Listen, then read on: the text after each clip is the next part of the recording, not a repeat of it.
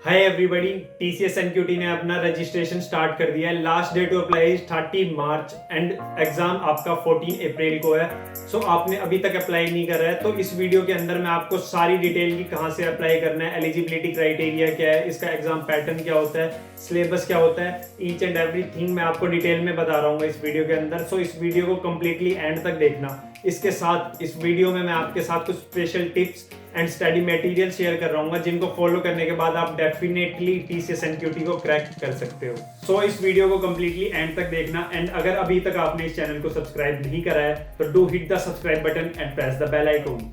Apply करने के process पे जाने से पहले हम कुछ बेनिफिट्स देखते हैं टीसीएस एनक्यूटी के। सो टीसीएस टॉप 10% बच्चों को अपने इंटरव्यूज के लिए बुलाता है, राइट। और टीसीएस आईएम का जो पोर्टल है जहाँ पे वो अपनी कंपनीज को रजिस्टर करता है, इसके अलावा वहाँ पे 1 लाख से ज़्यादा जॉब अवेलेबल है, राइट। इसमें बच्चों ने 19 एलपीएस तक के ऑफर क्रैक करे हैं। इसके अलावा एक और मेजर पॉइंट है कि आप इस टीसीएस एनक्यूटी स्कोर को अपने रिज्यूमे में डाल सकते हो। इसका फायदा क्या है कि इंटरव्यूअर को आपका आइडिया लगता है कि आपकी एप्टीट्यूड एबिलिटी बहुत स्ट्रॉन्ग है। अब अप्लाई कौन कर सकता है टीसीएस एनक्यूटी में? जो एस्पायर करता है आईटी जॉब्स में जाने के लिए। आप अगर प्री फाइनल या फाइनल ईयर में हो तो आप अप्लाई कर सकते हो, या फिर आप प्रोफेशनल हो या फ्रेशर हो, ठीक है, तो भी आप अप्लाई कर सकते हो। लेकिन प्रोफेशनल के लिए एक कंडीशन है कि यार आपका 2 साल से ज्यादा का एक्सपीरियंस नहीं होना चाहिए, राइट। इसके बाद जो बच्चे ये क्वेश्चन पूछते हैं कि हमारी डिग्री नहीं है, हम बीकॉम में बीएससी में, तो क्या हम अप्लाई कर सकते हैं? तो बिल्कुल हाँ, आप अप्लाई कर सकते हो।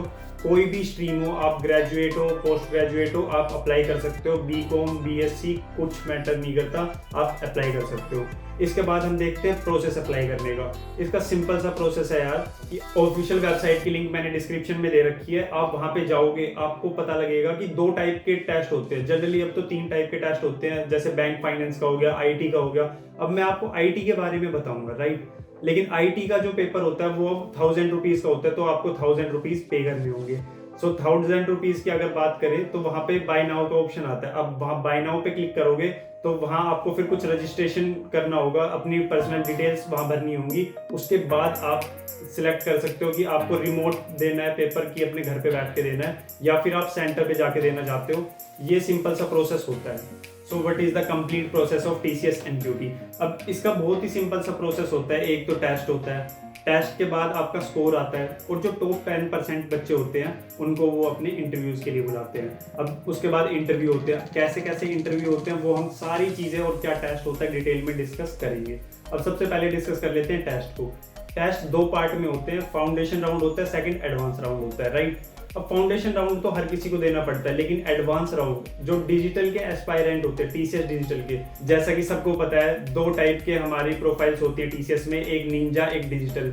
निंजा का जनरली पैकेज होता है 3.6 एंड डिजिटल का जनरली पैकेज होता है 7 एलपीए। सो डिजिटल वाले जो एस्पायरेंट है उन्हें एडवांस राउंड कंपलसरी देना होता है, क्योंकि तभी तो आपका स्कोर पता लगेगा। एडवांस राउंड में थोड़ी एडवांस चीजें होती हैं और कोडिंग भी पूछी जाती है। सो आगे बढ़ते हैं। सबसे पहले अगर इसको देखो, हमने अपनी प्रेप बाइट्स की साइट पे सारी चीजें, सिलेबस क्या है, क्या इसके अंदर राउंड्स होते हैं, A to Z सब कुछ दे रखा है। तो उस ब्लॉग की लिंक भी मैंने डिस्क्रिप्शन में दे रखी है, आप जाके चेकआउट कर सकते हो। तो जैसे आप देख सकते हो, सबसे पहले फंडामेंटल राउंड होते हैं। इनके अंदर कितने क्वेश्चन पूछे जाते हैं ईच राउंड में एंड क्या क्या उसके अंदर सिलेबस होता है, ये सारी चीजें बता रखी है। इसे आगे भी हम डिस्कस कर रहे होंगे, राइट। सो सबसे पहले फाउंडेशन राउंड को अगर हम डिस्कस करें तो फाउंडेशन राउंड में 75 मिनट्स होती है एंड 66 क्वेश्चन होते हैं। सबसे पहले एक क्वेश्चन होता है ट्रेट। अभी आपने नाम नहीं सुना होगा शायद, ट्रेट क्या होता है? ट्रेट में जनरली आपकी थिंकिंग को जज करा जाता है यूजिंग अ इमेज। आपको एक इमेज दिखाई जाएगी और आपसे कुछ ऑप्शन दे रखे होंगे, आपसे पूछेंगे कि यार इसका मतलब क्या है, आपके दिमाग में क्या आ रहा है इसे देख के। इस टाइप के क्वेश्चन होते हैं। उसके बाद जो बाकी 65 क्वेश्चन बचे हैं वो एमसीक्यूज होते हैं एंड एबिलिटीज के क्वेश्चन होते हैं, एप्टीट्यूड के क्वेश्चन होते हैं। सो रीजनिंग एबिलिटी होती है, न्यूमेरिकल एबिलिटी होती है, वर्बल एबिलिटी होती है। जैसे वर्बल एबिलिटी में आपसे इंग्लिश के क्वेश्चन पूछे जाते हैं, न्यूमेरिकल में कुछ मैथ के बेसिक मैथ होती है। इनका सिलेबस क्या होता है ये मैं आगे डिस्कस कर रहा हूँ। सो इस वीडियो को कंप्लीटली देखते रहिए, राइट। अब एडवांस राउंड आ जाता है। जो डिजिटल के बच्चे होते हैं उन्हें एडवांस राउंड देना कंपलसरी होता है, ये मैं आपको बता चुका हूँ। सो एडवांस राउंड में ना 22 क्वेश्चन होते हैं, जिसमें से 2 कोडिंग के होते हैं। अब कोडिंग में क्या पूछा जाता है ये भी मैं आपको आगे बताऊंगा। जनरली मीडियम रेंज के होते हैं। अगर आपने कोडिंग की प्रैक्टिस कर रखी है किसी भी प्लेटफॉर्म पे, लीड कोड पे या फिर कोड फोर्सेस वगैरह पे, एंड प्रेप बाइट्स ने भी माई कोड के ऊपर कंपनी स्पेसिफिक वाइज क्वेश्चंस बना रखे हैं, जहां पे जाके आप प्रैक्टिस कर सकते हो कंपनी स्पेसिफिक वाइज, या फिर आपको अगर बेसिक अपने डीएसए को क्लियर करना है तो आप वहां से भी जाके प्रैक्टिस कर सकते हो। लिंक आपको पता है डिस्क्रिप्शन में मिल ही जाएगी।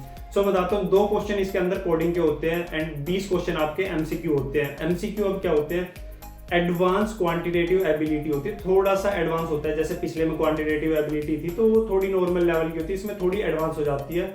एंड एडवांस क्वांटिटेटिव के साथ एडवांस रीजनिंग होती है। 10-10 क्वेश्चन दोनों के अंदर होते हैं एंड टोटल मिनट्स मिलती है आपको 35 एंड कोडिंग के लिए आपको 55 मिनट्स मिलती है। ठीक है, अब सिलेबस डिस्कस करते हैं। सिलेबस क्या है एमक्यूटी का?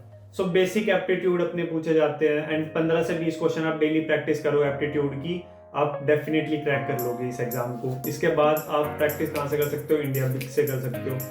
कोडिंग क्वेश्चन वही बेसिक सारे क्वेश्चन पूछे जाते हैं एरे वगैरह के, आगे मैं आपको सारी चीज़ें बताऊंगा वैसे, लेकिन बेसिक आप वही सब है, array, string and trees, graph तक तो पहुंचता ही नहीं है, राइट। और प्रैक्टिस कहाँ से कर सकते हो आप, माई कोड पे, लिंक डिस्क्रिप्शन में है। अब सिलेबस पे अगर हम आ जाए तो वर्बल एबिलिटी पूछी जाती है, 25 क्वेश्चन होते हैं, sentence building, phrases, jumble words, basic जो ग्रामर के क्वेश्चन होते हैं ना, राइट, वही पूछे जाते हैं। रीजनिंग एबिलिटी, ब्लड रिलेशन हो गया, डाटा इंटरप्रिटेशन हो गया, डेटा डिस्टेंस की एक डिस्टेंस है, कितनी वेलोसिटी स्पीड के क्वेश्चन होते हैं, बेसिक वो पूछे जाते हैं। एंड क्वांटिटेटिव एबिलिटी में मैथ के क्वेश्चन, बेसिक मैथ जो होती है हमारी, HCML, HCF, ठीक है, ये सारे पूछे जाते हैं। इसके बाद एडवांस सेक्शन जो हमारे डिजिटल वाले बच्चों के लिए कंपलसरी होता है, इसके अंदर क्या होता है, प्रॉफिट एंड लॉस के क्वेश्चन पूछे जाते हैं एडवांस क्वांटिटेटिव में, ठीक है। परसेंटेज, क्लॉक के अंदर जो हमारे पूछे जाते हैं, एंगल क्या है, उस टाइप के क्वेश्चन पूछे जाते हैं जनरली। एडवांस रीजनिंग में जो हमारे क्वेश्चन हो गए कि 4-5 हमें वर्ड्स दे दिए, नेक्स्ट वर्ड क्या आएगा, इस टाइप के क्वेश्चन पूछे जाते हैं। कोडिंग, डिकोडिंग होगी एंड ये सारी चीज दे रखी है ना, जो मैंने इन्हीं में से ही पूछा जाता है। इसके बाद कोडिंग सेक्शन आता है, array, string, matrix, tree and link list. Trees भी पूछ लेते हैं एंड ग्राफ तक तो पहुंचते ही नहीं पूछते, प्रीवियस ईयर के आप अगर देखोगे ना तो नहीं पूछ रखे, एंड यही जो फ्रीक्वेंट पैटर्न है इन्हीं में से ही पूछा जाता है। इसके बाद अगर आप सिलेबस जानना चाहते हो और डिटेल में तो आप हमारी वेबसाइट पे जा सकते हो, लिंक डिस्क्रिप्शन में है, ब्लॉग को चेक करो।